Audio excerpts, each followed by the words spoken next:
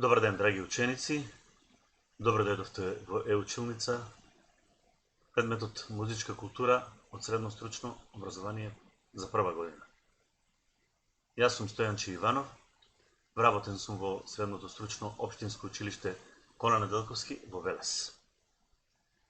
За денеска ќе направиме една проектна активност, ќе истражуваме за музичката традиција и обичаите на народите кои живеат во Република Македонија.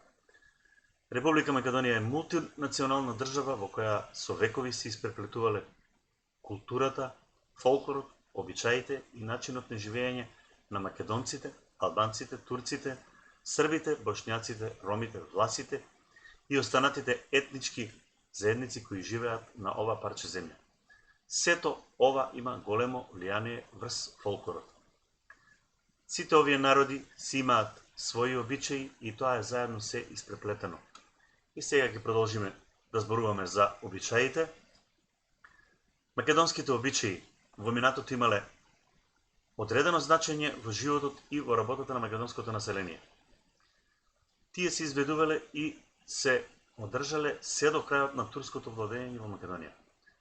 Потоа, поради постепено напуштање на селскиот начин на стопанисување и стекнувањето на градските навики на живење, тие почнале многу брзо да се напуштаат, да се губат, па дури и да се заменуваат со други обичаи, но толку испреплетени со разни празноверувања и заблуди. Кога се зборува за обичаите, најважно е тоа што секој од нив е поврзан со одредени песни и ора кои со сезонските миграции на населението биле пренесувани од местото на создавањето во најразлични краишта на Македонија. Денес се уште се сретнуваат по некои обичаи, но тие се изведуваат повеќе по навика како преостанат адет, без да се навлегува во нивното значење и во целта на изведувањето. Обичаите како израз на прославување на почетокот или на крајот на одредени земјоделски активности често се изведуваат на така наречени обичајни празници. Обичаите се празнуваат со специфични обреди, ора и песни, поврзани исклучиво за тој датум. Зимскиот период е период во кој не се извршуваат скоро никакви земјоделски работи, па луѓето често празнуваат и така празнувајќи се договараат многобројни свршувачки меѓу момчињата и девојките. Почетокот на пролетта ја означува подготовката на земјата за нејзино обработување, како и подготовките за великденските пости. Периодот пред и околу Великден е радост за поселите, за плодноста, како и радост на момчето или девојката за нивниот иден сопатник, што треба да го најдат за да можат летните полски работи да ги завршат побрзо и поуспешно. Летните обичајни празници се поврзани со бербата на плодовите и почетокот или крајот на жетварските работи.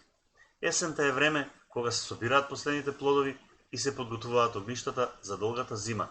Затоа и песните што се пеат на есенските обичајни празници се пеат за семејствата собрани околу своите огништа, кои на тој начин ја чуваат својата среќа со ненадени гости, затоа што постоело верување дека оној што ќе ти дојде на гости на Варвара ќе ти ја остави својата среќа или несреќа за целата наредна година, а тоа е на 17 декември.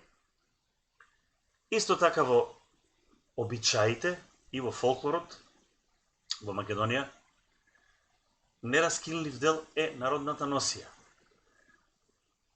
Преку бројните примероци во народното материјално творештво, народната носија е најизразит репрезент на традиционалното богатство на македонскиот народ.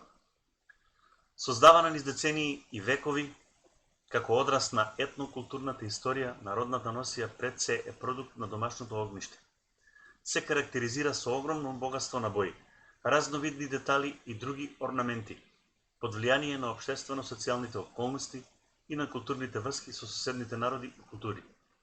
Македонската носија е мощна и внимателно креирана со вредните раце на македонската жена. По богатството и колоритноста се издвојуваат празничните и свечените носии, со својата монументалност, вклопеноста на сите детали и елеганција, особено се издвојуваат носиите од околината на Скопје, Галичник, Прилеп, Питола, Куманово, Тетово, носиите од Егејскиот, Пиринскиот дел на Македонија и така натаму. Ткаени и везени во мугрите или кога паѓал мракот на газиена ламба, говорат за исклучителната желба за убавото, желбата за слобода, желбата за обстојување. Во првите децении од 20 век регистрирани се околу 70 различни носии од сите краишта на цела Македонија. Имале животна функција, биле дел од секојдневието, а везот бил само традиционален украс. Така, овде во слайдот сега ќе видиме различни носии еве имаме од Дебарскиот крај, Трачево, од Јабланица кај Струга, носија од Крушево, од Пробиштип, потоа имаме Прилепско-Битолско поле, Мијачка носија женска, Мариовска женска носија, од Бојмија, тоа е област во Гевгелиско, од Реканскиот крај, Мавровско поле, Скопска Црна Гора, Струшко поле.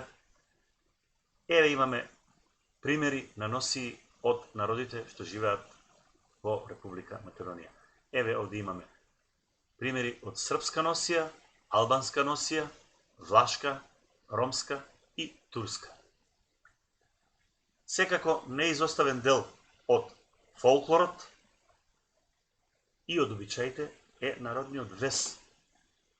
Посебен израз и белег на народните носии во Македонија им придава декоративниот народен вес, чија специфика се согледува во богатството на мощни сложени форми и живиот колорит.